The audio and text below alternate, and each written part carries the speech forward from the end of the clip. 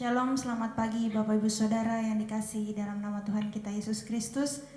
Dimanapun kita berada, meskipun kita terpisah oleh jarak dan waktu, tapi kita percaya Roh Tuhan menyatukan kita. Pada pagi hari ini kita mau siapkan hati dan pikiran kita untuk kita melakukan ibadah online kita.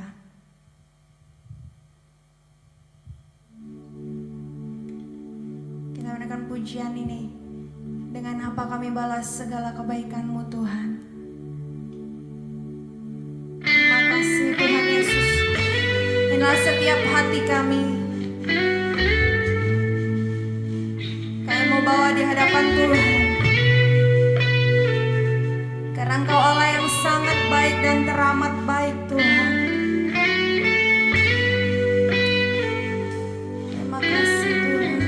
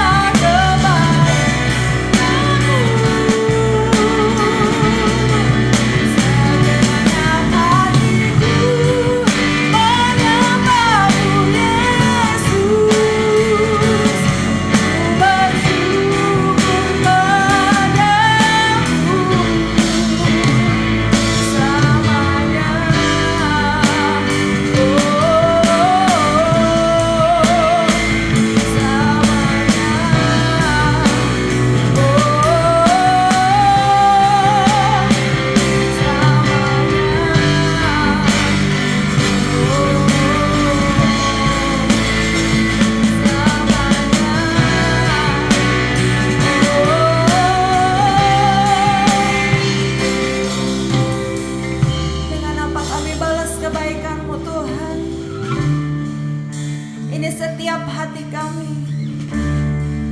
Kami merindukan kehadiran-Mu Tuhan. Sebab Engkau Allah yang sangat baik dan teramat baik dalam hidup kami. Mari Bapak Ibu Saudara kita sembah Dia.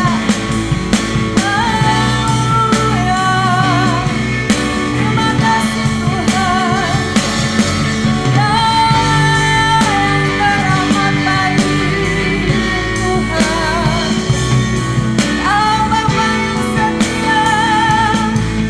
Haleluya. Terima kasih Tuhan. Terima kasih Tuhan. Haleluya. Haleluya. Kami bersyukur. Terima kasih Tuhan. Terima kasih. Mari Bapak Ibu Saudara kita katakan sama-sama, dengan apa kami malas. Dengan apa kan ku balas segala kebaikan-Mu. Segenap hatiku menyembah-Mu Yesus. Ku bersyukur padamu. Dengan apa kan ku balas segala kebaikan-Mu. Segenap hatiku menyembah-Mu Yesus. Ku bersyukur padamu selamanya.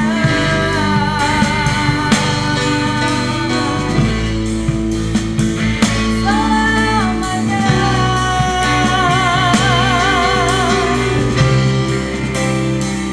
Selamanya.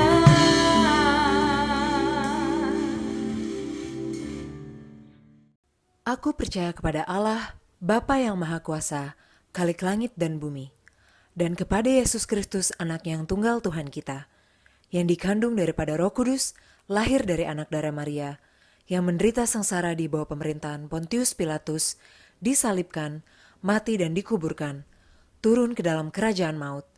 Pada hari yang ketiga bangkit pula dari antara orang mati, naik ke surga, duduk di sebelah kanan Allah, Bapa yang Maha Kuasa. Dan dari sana Ia akan datang untuk menghakimi orang yang hidup dan yang mati. Aku percaya kepada Roh Kudus, gereja yang kudus dan am, persekutuan orang kudus, pengampunan dosa, kebangkitan daging, dan hidup yang kekal. Amin. Kita akan memuji Tuhan lebih dalam lagi. Kita meyakini dengan iman pujian ini bahwa tahun 2021 adalah tahun pembebasan untuk setiap kita. Ini tahun pembebasan. Ini tahun pembebasan. Semua tawanan dilepaskan. Yang lumpuh dan yang buta, lompat dan bersoraklah, sebab ini tahun pembebasan.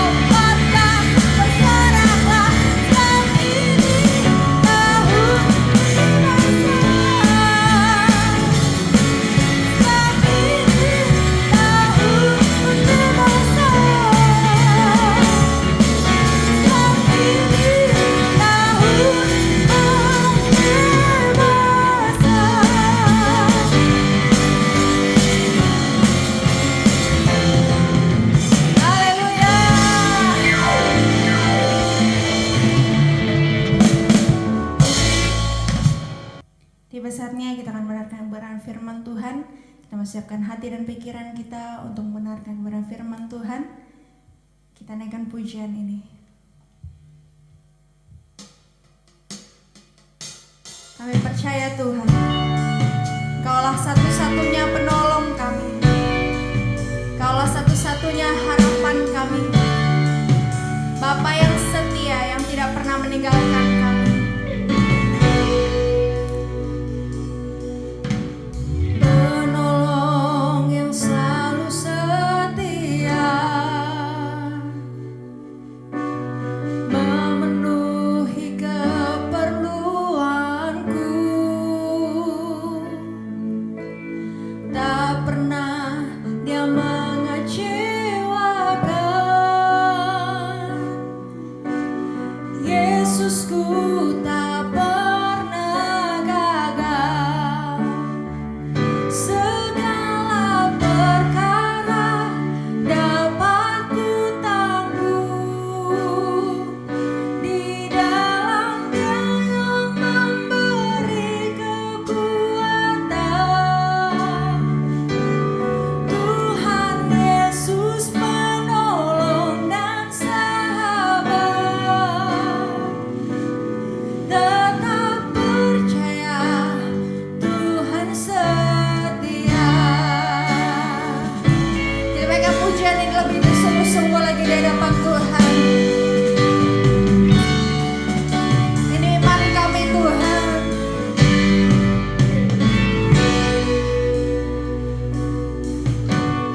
Penolong yang selalu setia,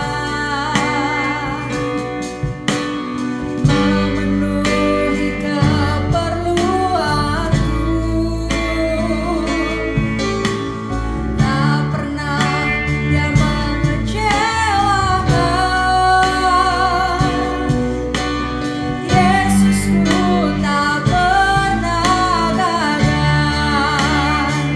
Segala perkara dapat ku tangguh di dalam Dia yang memberi kekuatan. Tuhan Yesus penolong dan sahabat. Tetap percaya Tuhan setia. Segala perkara dapat ku tangguh di dalam Dia yang memberi kekuatan. Tuhan Yesus penolong dan sahabat. Tetap percaya Tuhan setia. Segala perkara dapat ku tangguh di dalam Dia yang memberi kekuatan. Tuhan Yesus penolong dan sahabat. Tetap percaya Tuhan setia. Dengan iman katakan, segala perkara dapat ku tangguh. Amin. Di dalam Dia yang memberi kekuatan. Tuhan Yesus penolong dan sahabat. Tetap percaya Tuhan setia. Tetap percaya Tuhan setia. Tetap percaya Tuhan setia.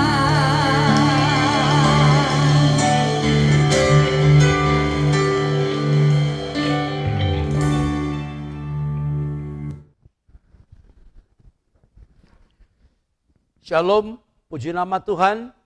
Saudara-saudara kekasih dalam kasih Kristus, kaum Kristiani dimanapun saudara berada, yang pada hari ini kembali dapat menyaksikan daripada tayangan ibadah kami.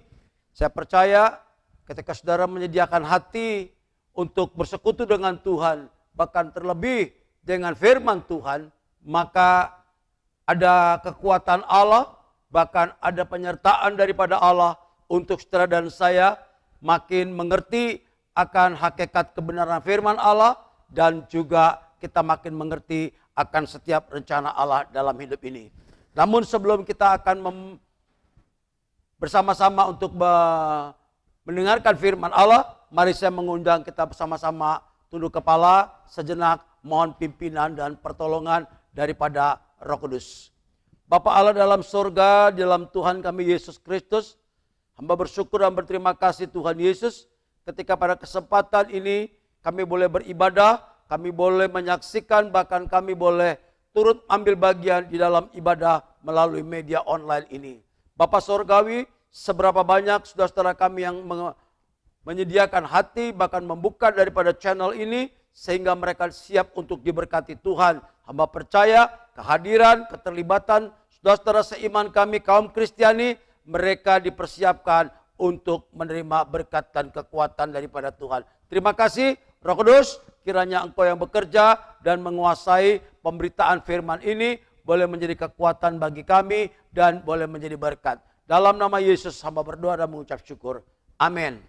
Puji Tuhan. Saudara-saudara kasih dalam Tuhan, judul atau tema firman Allah pada hari ini saya beri judul Semakin Kuat di Dalam Tuhan. Wow, semakin kuat di dalam Tuhan. Seberapa banyak kita menyaksikan, banyak mungkin kita juga pasti akan mengalami akan hal ini, di mana kekuatan seseorang, potensi, tenaga seseorang, seiring dengan pertambahan usia, seiring dengan pertambahan waktu yang terus-menerus bergulir, saya percaya ada penurunan demi penurunan di dalam kehidupan kemanusiaan kita. Dan ini adalah merupakan hal yang manusiawi. Ya, ketika masih muda ada kekuatan, namun ketika seiring dengan bertambahnya usia, pasti di sana sini ada kekurangan dan banyak mengalami penurunan demi penurunan, baik dalam kesehatan, baik dalam stamina, semangat, dan ada banyak hal juga yang mengalami penurunan. Tetapi mengapa firman Allah mengajarkan bagi kita sekalian yang terambil dari kitab Mazmur pasal 84 ayat yang ke-8. Saya mau kutip satu ayat ini untuk menjadi titik tolak perenungan firman Allah. Kitab Mazmur pasal 84 ayat 84, Mazmur pasal 84 ayat yang ke-8, demikian firman Tuhan. Mereka berjalan makin lama makin kuat, hendak menghadap Allah di Sion. Lihat, mereka berjalan makin lama makin kuat. Kalau tadi di depan saya katakan, orang yang bertambah usia, maka dia akan mengalami makin lemah. Ya, berjalan pun saya percaya kita akan makin lemah, makin berkurang.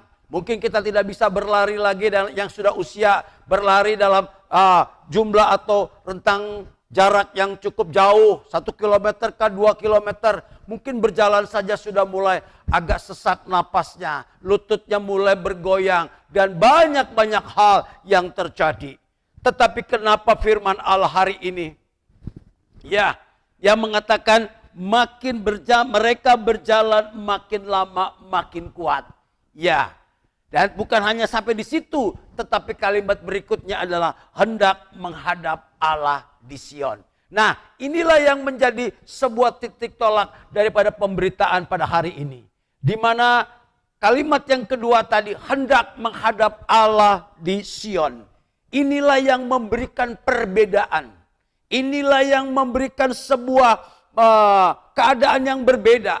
Ketika seseorang berjalan dalam kehidupan ini, dia tidak memiliki tujuan, dia tidak memiliki target, dan mereka tidak memiliki sesuatu hal yang akan mereka capai, maka mereka itulah yang akan makin lama makin lemah dan makin lemah, sehingga akhirnya terjatuh, terjerembab dan lunglai.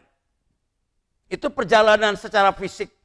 Ya, kehidupan kita pun demikian. Ketika seseorang tanpa tujuan, arti daripada nilai kehidupan yang telah ia sedang jalani, ya, dalam usia-usia tertentu, tidak ada pencapaian-pencapaian, tidak ada target-target, tidak ada tujuan, tidak ada purpose yang akan ia capai, maka itulah yang akan membuat makin lemah di dalam hidup ini.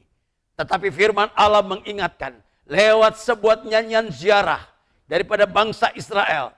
Katakan, hendak menghadap Allah di Sion. Inilah yang sebuah tujuan yang sangat-sangat jelas sekali. Yang memberikan sebuah semangat. Yang memberikan sebuah kekuatan. Mengapa mereka harus pergi berjalan ke Sion untuk menghadap Allah?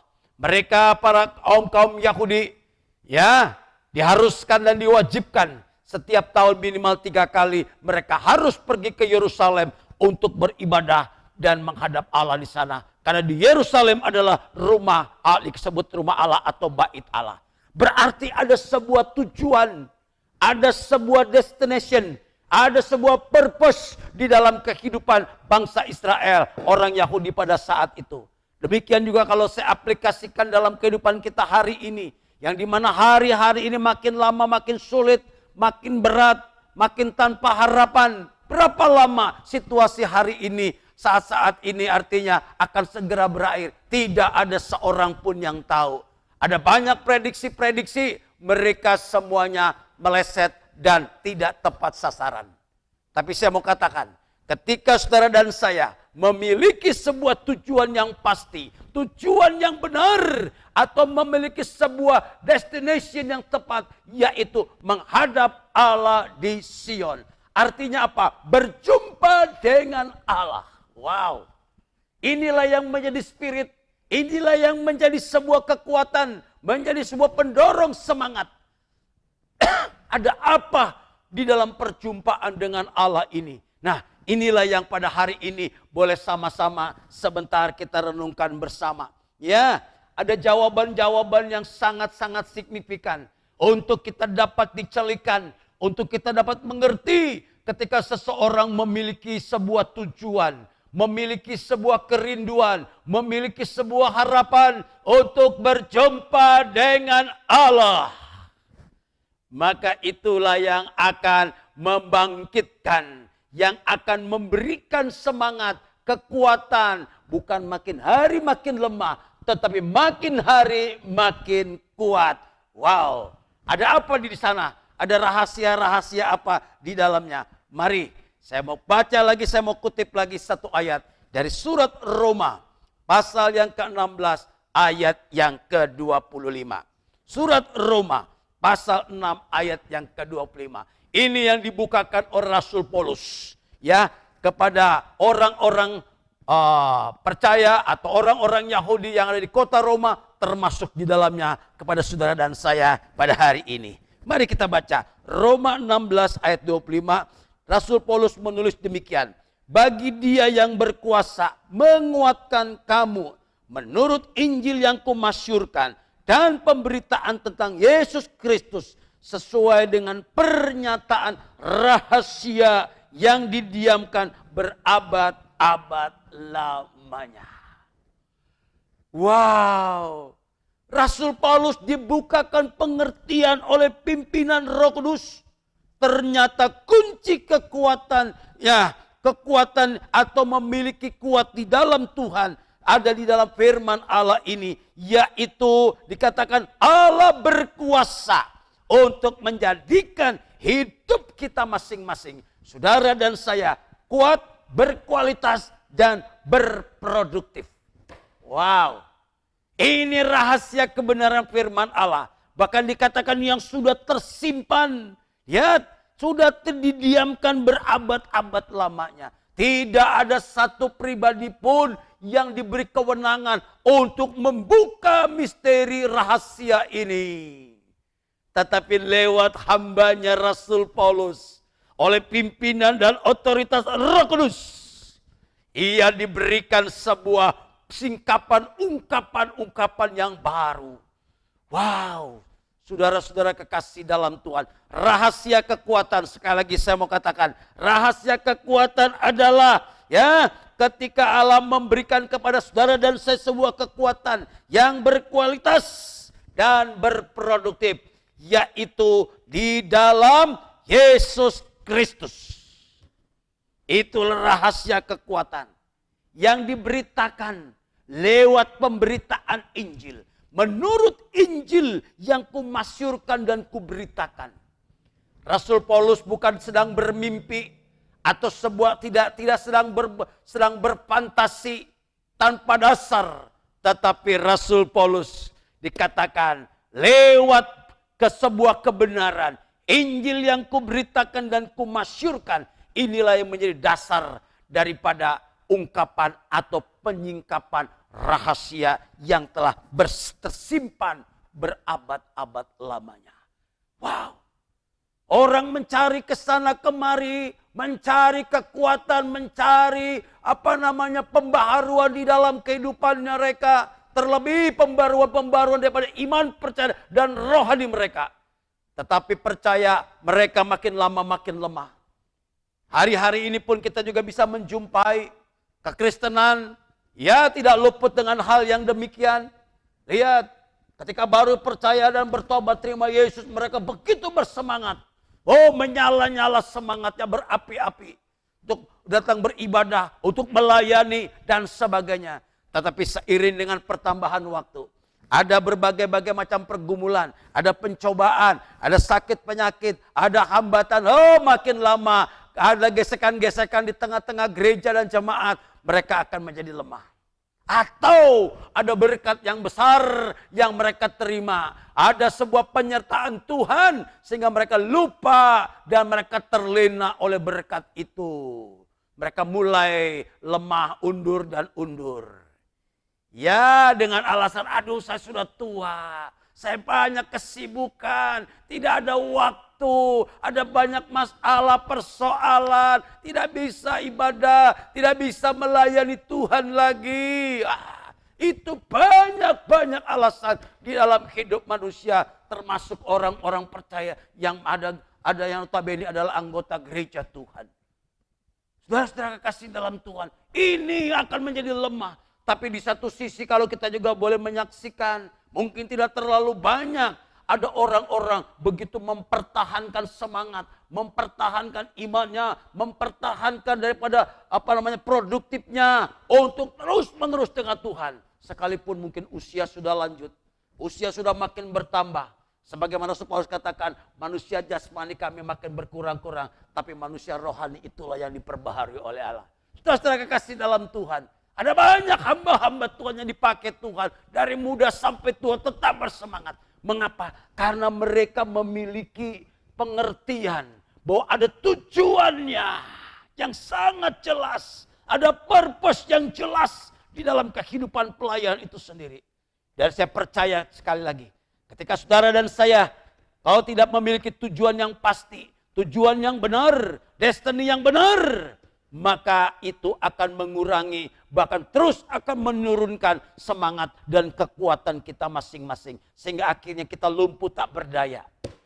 Tapi ingat, ketika kita memiliki sebuah purpose, sebuah tujuan yang jelas, yaitu ingin berjumpa dalam kerinduan yang mendalam, berjumpa dengan Yesus sebagai Tuhan dan Juru Selamat, di situ ada kekuatan Allah yang dahsyat, yang akan terus mengobarkan semangat kehidupan kita masing-masing. Ya, nah, saudara-saudara kekasih dalam Tuhan, dalam perkembangannya untuk bagaimana kita makin menjadi kuat, lewat ayat surat Roma tadi, harus diimbangi dengan pertumbuhan atau peningkatan pengertian. Ya, semakin kita mengerti akan rahasia kebenaran firman Allah, maka seiring itu juga pun akan ada pertambahan kekuatan di dalam kehidupan kita sekalian. Kuat rohaninya, sehat jasmaninya, semangatnya terus menerus membara untuk terus melayani Tuhan. Wow, luar biasa. Luar biasa. Masa-masa kini ini yang sedang dicari, sedang ditunggu oleh Tuhan. Hamba-hambanya yang taat dan yang setia, sekalipun di tengah-tengah persoalan, pergumulan dalam kehidupan ini. Mengapa? Karena mereka setiap hari diperbaharui pengertian-pengertian mereka, ada ungkapan-ungkapan, ada pembukaan rahasia kebenaran firman Allah di dalam kehidupannya. Sehingga hidup mereka menjadi kuat dan dikatakan semakin kita mengerti akan rahasia firman Allah. Lihat, semakin mengerti akan rahasia firman Allah, semakin saudara dan saya akan kuat di dalam Tuhan. Kuat di dalam jasmani, kuat di dalam iman kita kepada Dia. Wow, maka tidak heran ketika usia tetap terus bertambah, tapi sehat-sehat. Ya, sehat-sehat. Bukankah orang yang sehat sekarang yang sedang menjadi kerinduan atau dambaan banyak orang? Ya, di satu sisi banyak orang yang terpapar sakit oleh karena COVID-19 ini. Bahkan ada banyak korban-korban jiwa berjatuhan terus. Wow, sangat memprihatinkan. Tapi sebagai orang percaya, saudara dan saya, engkau pun tidak akan luput daripada hal yang demikian. Kalau engkau tidak benar-benar memiliki kekuatan Allah, memiliki pengertian yang makin hari makin berkembang, yaitu firman yang diberitakan dan firman yang dimasyurkan ini. Lewat ketaatan kesetiaan kita, saudara boleh membaca firman Tuhan setiap hari. Baca dalam pimpinan kuasa Roh Kudus, berdoa terus, bahkan mendengarkan suara firman Allah yang benar. Banyak tayangan-tayangan firman Allah, tapi saya mau katakan, belum tentu itu menyehatkan, belum tentu itu menumbuhkan daripada iman kita masing-masing. Tetapi ketika saudara setia akan kebenaran firman Allah yang sejati, maka disitulah yang akan menjadi sumber kehidupan kita masing-masing. Lihat, ini rahasianya. Ya, jadi ada sebuah rahasia. Nah, makin besar rahasia itu diungkapkan, sekali lagi saya garis bawahi dan saya tekankan, makin besar rahasia itu diungkapkan, makin besar engkau mengerti akan rencana kehendak Tuhan, maka kekuatan akan makin bertambah-tambah. Ya, pada hari ini saya hanya 2 poin saja ingin menyampaikan rahasia yang sesungguhnya yang daripada firman Tuhan ini. Yang pertama, rahasia kekuatan Allah ialah Kristus. Nah, tadi sejak awal saya sudah ungkapkan bahwa rahasianya itu terpusat kepada pribadi Kristus. Jadi rahasia kekuatan Allah ialah Kristus. Mari saya mau baca sekali lagi satu ayat buat kita sekalian. Surat Kolose pasal yang kedua, ayat yang kedua. Surat Kolose pasal 2, ayat yang kedua. Demikian firman Tuhan. Supaya hati mereka terhibur dan mereka bersatu dalam kasih. Sehingga mereka memperoleh segala kekayaan dan keyakinan pengertian dan mengenai rahasia Allah, yaitu Kristus. Ya. Rahasia Allah yang sebenarnya adalah Kristus. Manusia tidak bisa mengerti akan penciptanya. Saudara dan saya, engkau adalah ciptaan. Terlebih orang yang sudah jatuh dalam dosa. Tidak dapat kita mengerti sedikit pun tentang rahasia Allah. Tentang pribadi Allah. Tentang karakter Allah. Tentang sifat-sifat Allah. Tentang kuasa Allah dan sebagainya. Tidak ada satu pribadi pun yang mengerti. Tanpa Allah yang menyatakan dirinya. Tidak ada yang mengerti. Ini adalah jaminan yang dikatakan. Selain apabila Allah menyatakan dirinya, baru manusia bisa sedikit demi sedikit belajar untuk mengerti. Lihat. Akan sia-sia manusia mencari Allah dengan berbagai-bagai cara ritual yang mereka anggap ini berkenan kepada Allah. Dengan ibadah-ibadah, dengan segala sesuatu yang menurut insting dan perasaan mereka. Ini yang paling baik yang saya kerjakan. Tidak ada. Semuanya sia-sia. Namun ketika Allah berkemurahan. Ketika Allah mencari manusia yang berdosa. Dia tidak dengan serta-merta hadir dalam kekuasaannya yang penuh. Tapi Allah memiliki cara yang luar biasa. Allah berinkarnasi menjadi manusia. Dia adalah pribadinya Yesus Kristus itu. Di dalam Yesus Kristus, saudara dan saya, engkau berjumpa dan melihat Allah. Ketika seseorang mengenal Yesus, ketika seseorang percaya kepada Yesus dan beriman kepada Yesus, maka akan ungkapan-ungkapan, singkapan-singkapan pengertian yang sudah berabad-abad tersembunyi, itu akan dibukakan. Ada pengertian, mengenal Allah. Mengenal Allah tidak bisa secara langsung, tapi harus melewati sebuah pribadi yang adalah pribadi Allah sendiri, di mana Allah telah mengosongkan dirinya. Dia mengambil rupa seorang hamba untuk menjadi manusia serta diam di antara kita. Dia adalah Yesus Kristus. Jadi Yesus Kristus inilah yang adalah merupakan kekuatan Allah yang terwujud, yang dapat ternilai, yang dapat terjangkau oleh pengertian manusia. Dan itu pun harus ada intervensi penuh daripada Roh Kudus untuk membukakan pikiran manusia yang ditutup oleh dosa, yang ditutup oleh berbagai-bagai keinginan daging. Bahkan hati manusia ditahirkan sehingga dia dapat menerima kebenaran firman Allah. Tanpa pentahiran, tanpa pemurnian, tanpa kekudusan, manusia tidak ada dapat melihat Allah. Saudara dan saya, engkau beruntung mengenal Yesus. Engkau beruntung memiliki firman Allah yang di dalamnya adalah pribadi Allah, Yesus Kristus, karakter Allah, Yesus Kristus, tujuan Allah, Yesus Kristus, kekuatan Allah, Yesus Kristus itu sendiri. Ini yang harus kita camkan baik-baik. Di luar Yesus tidak ada yang mampu untuk menyingkapkan akan rahasia kebenaran. Kenapa? Karena Kristus adalah gambar Allah. Gambar yang dapat ditangkap. Gambar daripada pribadi Allah yang dapat dilihat dan yang dapat dialami oleh manusia. Surat Ibrani pasal yang pertama, ayat yang ketiga menulis bagi kita demikian. Ia adalah cahaya kemuliaan Allah dan gambar wujud Allah, dan menopang segala yang ada dengan firman-Nya yang penuh kekuasaan. Dan setelah ia selesai mengadakan penyucian dosa, ia duduk di sebelah kanan Allah yang maha besar di tempat yang tinggi. Wow, ini dia. Ia adalah cahaya kemuliaan Allah. Ia adalah gambar dan wujud Yesus Kristus.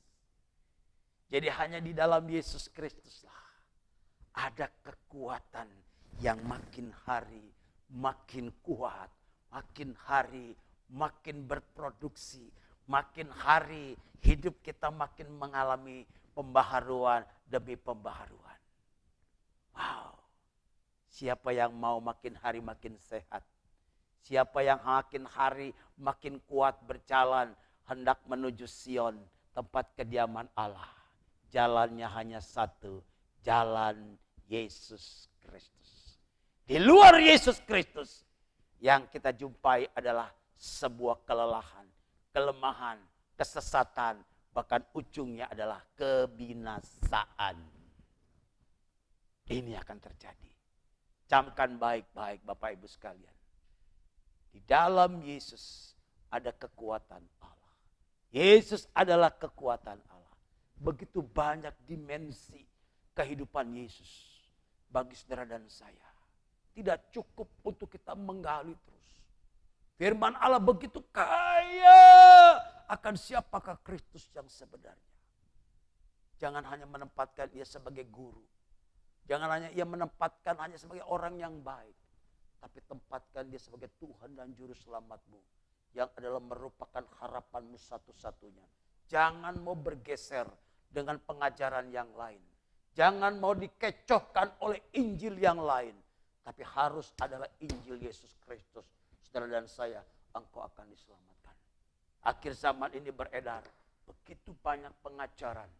Ya, yang akan menghancurkan, yang akan melumpuhkan kekuatan orang-orang percaya.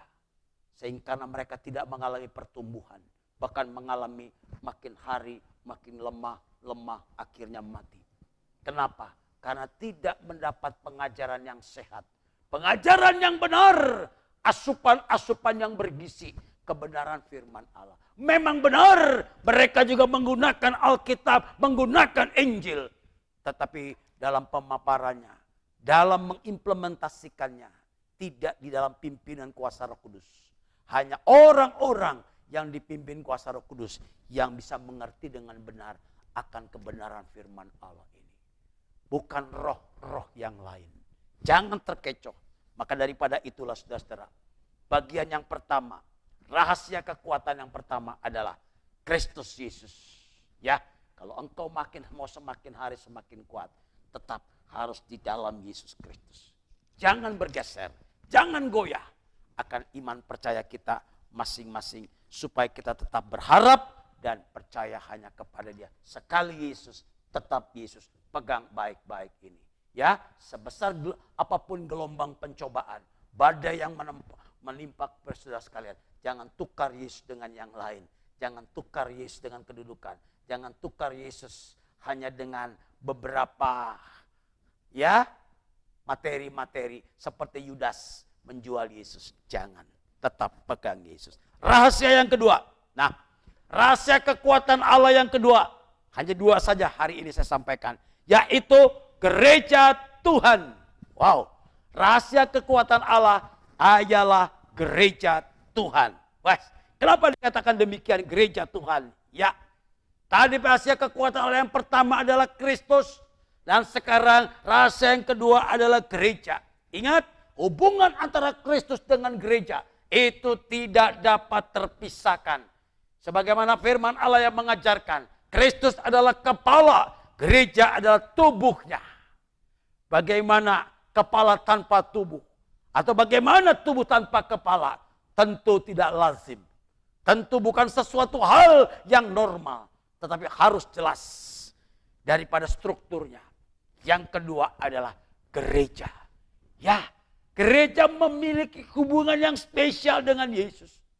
Yang memiliki kedekatan yang sangat-sangat tidak dapat tergantikan hubungan ini dengan yang lain. Gereja bukan organisasi. Gereja bukan hanya perkumpulan. Bahkan kecenderungan gereja orang menilai gereja adalah sebuah bangunan gedung yang megah, yang mewah, yang besar, yang setiap minggu dikunjungi, dihadiri oleh orang-orang kaum Nasrani. Ini adalah fasilitas, bukan identitas daripada gereja. Namun gereja yang sebenarnya adalah persekutuan orang-orang percaya. Bangsa yang telah dipanggil keluar dari kegelapan untuk masuk ke dalam terangnya yang ajaib. Untuk memberitakan daripada kebenaran firman Allah. Saudara dan saya. Itulah yang dikatakan gereja. Apa yang dikatakan firman Allah? Lebih jelas lagi. Saya mau baca surat Efesus. Pasal 3 ayat 4 sampai ayat yang ke-6. Surat Efesus pasal 3 ayat 4 sampai dengan ayat yang ke-6. Demikian firman Allah. Apabila kamu membacanya, kamu dapat mengetahui daripadanya pengertianku akan rahasia Kristus. Lihat, yang pada zaman angkatan-angkatan dahulu tidak diberitakan kepada anak-anak manusia. Tetapi yang sekarang dinyatakan di dalam roh kepada rasul-rasul dan nabi-nabinya yang kudus. Yaitu bahwa orang-orang bukan Yahudi karena berita Injil turut menjadi ahli-ahli waris dan anggota-anggota tubuh dan peserta dalam janji yang diberikan dalam Kristus Yesus. Jelas sekali. Jelas sekali di sini. Pengertian. Lihat ayat 4 katakan, kamu akan mendapat pengertian daripadanya, pengertian akan rahasia Kristus. Rahasia Kristus tadi sangat jelas. Yang tersimpan berabad-abad. Mengandung kekuatan, mengandung potensi, mengandung kuasa untuk makin hari makin kuat. Dan rahasia itu juga ya diwujudkan dalam sebuah ungkapan. Pada zaman-zaman yang dahulu dikatakan ya, yang diberitakan kepada anak manusia, tetapi sekarang dinyatakan dalam roh kepada rasul, kepada nabi-nabinya yang kudus. Yaitu siapa itu? Orang-orang ya, orang-orang bukan Yahudi, karena berita Injil turut menjadi ahli waris dan anggota-anggota tubuh dan peserta dalam janji yang diberitakan dalam Kristus Yesus.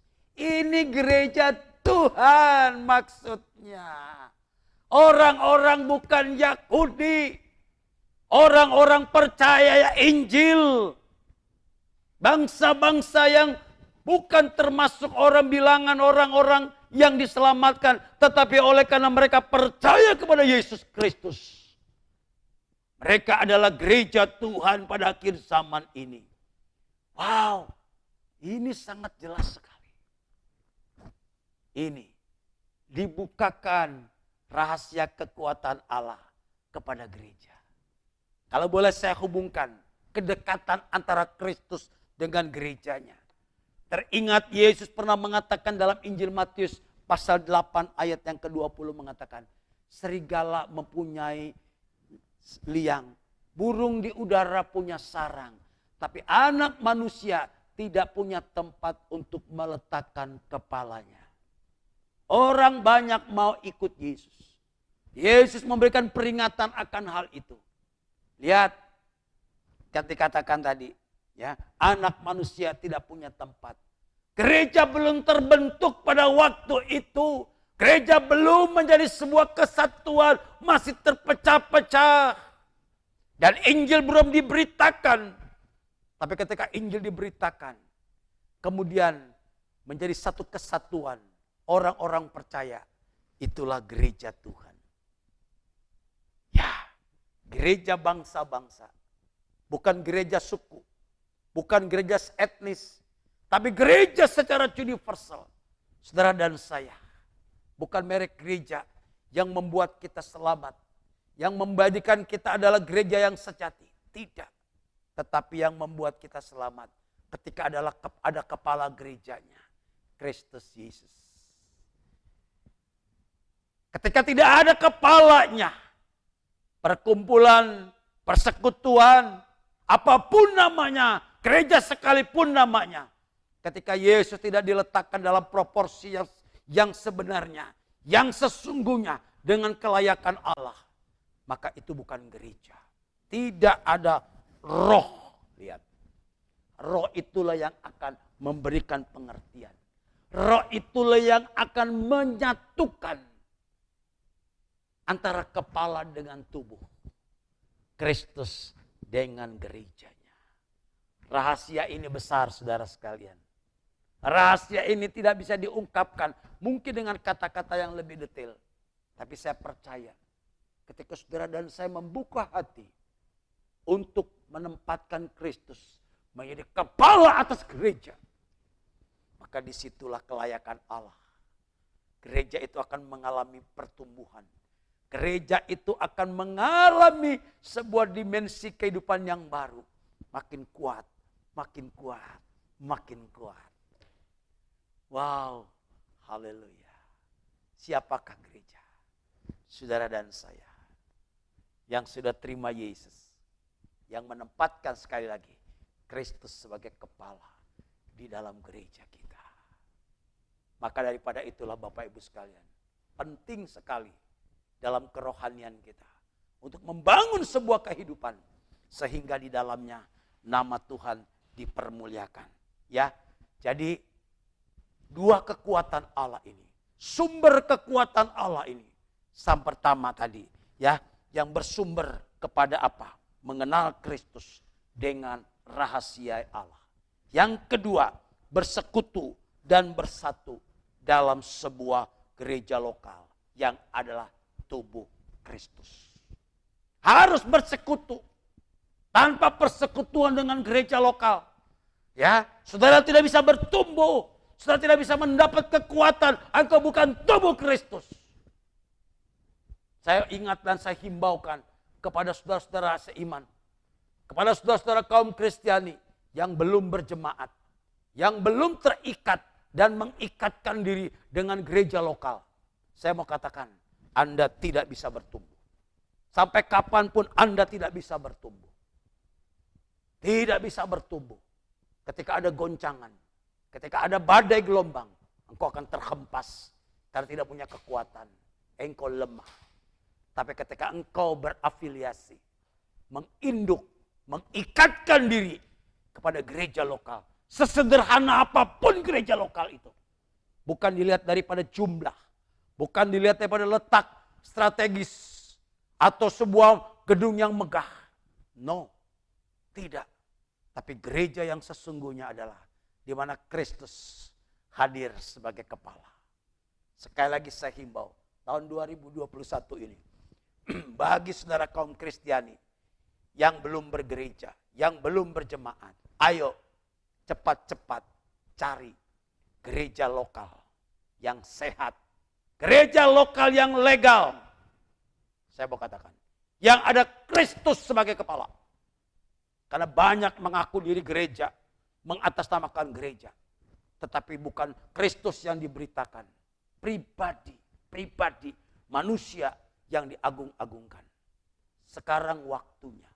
Ayo, jangan menyesal. Kedatangan Tuhan sudah tidak lama lagi. Kita harus memperbaiki ini. Ada kekuatan. Bagaimana kita bisa berjumpa dengan Yesus kalau Yesus datang untuk kedua kali ketika kau tidak memiliki kekuatan? Gak bisa. Tidak bisa bergerak. Kau hanya tinggal di dalam ikatan dosa. Tinggal dalam kamar-kamar gelap. Tinggal di dalam kelemahan. Tinggal di dalam lembah-lembah kekelaman dosa. Gegap gempita Yesus datang. Harus disambut. Direspon dengan sebuah kekuatan. Di dalam diri jemaat Tuhan. Sekarang perlengkapi diri kita. Selagi belum terlambat. Ayo. Saya katakan selagi belum terlambat, jangan menyesal. Ketika Yesus datang kau masih lumpuh. Ketika Yesus datang kau masih buta. Ketika Yesus datang kau masih dalam kubangan dosa. Dia tidak menyelesaikan itu lagi. Dia tidak menyambangi lagi orang-orang sakit. Menyambangi lagi orang-orang lumpuh. Dia tidak lagi menyambangi orang-orang buta. Tidak. Tapi kedatangan Yesus yang kedua kali. Dia akan datang sebagai raja. Dia akan datang sebagai hakim. Maka harus ada kekuatan untuk menyambut kedatangan Yesus yang kedua kali. Saya berdoa bagi saudara sekalian.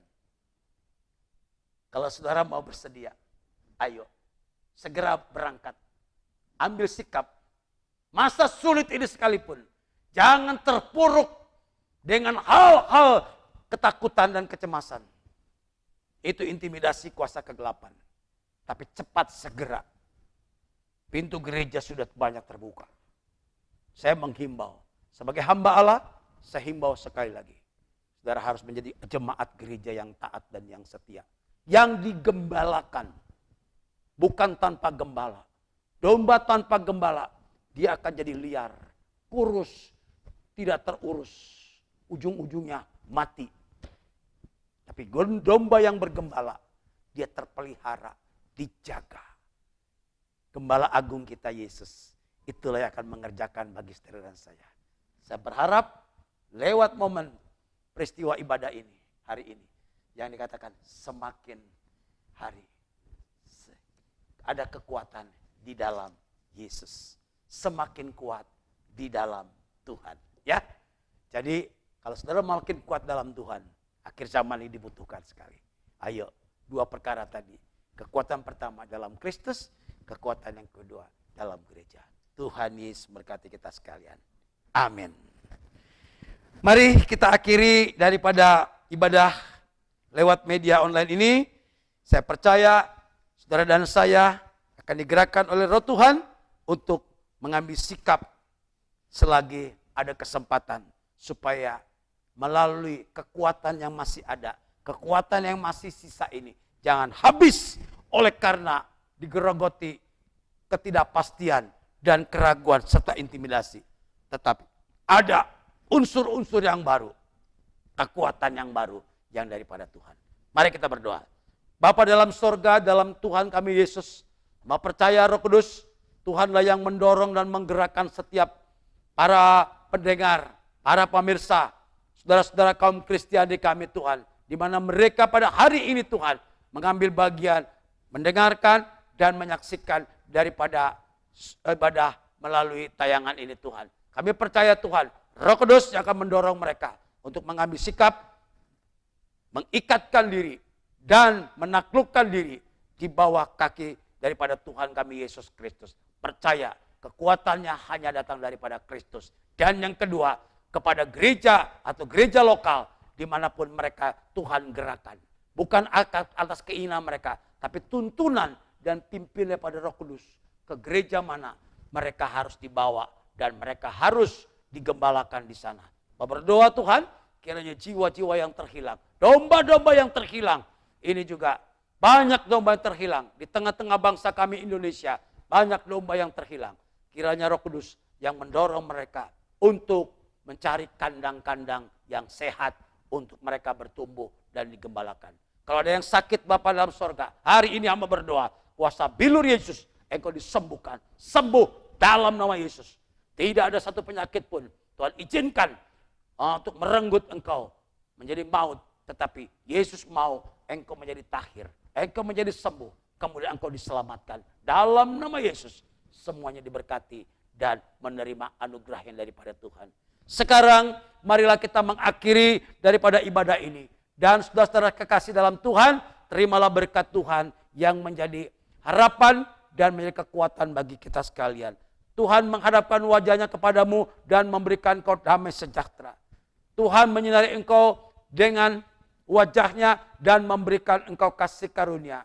Dia lewat persekutuan, lewat kasih dan karunia pada Tuhan kami Yesus Kristus. Dan persekutuan kuasa Roh Kudus adalah menyertai saudara sekalian. Mulai saat ini sampai kedatangan Tuhan Yesus yang kedua kalinya. Terpujilah nama Tuhan. Haleluya, haleluya, amin. Selamat hari Minggu. Tuhan Yesus memberkati. Shalom.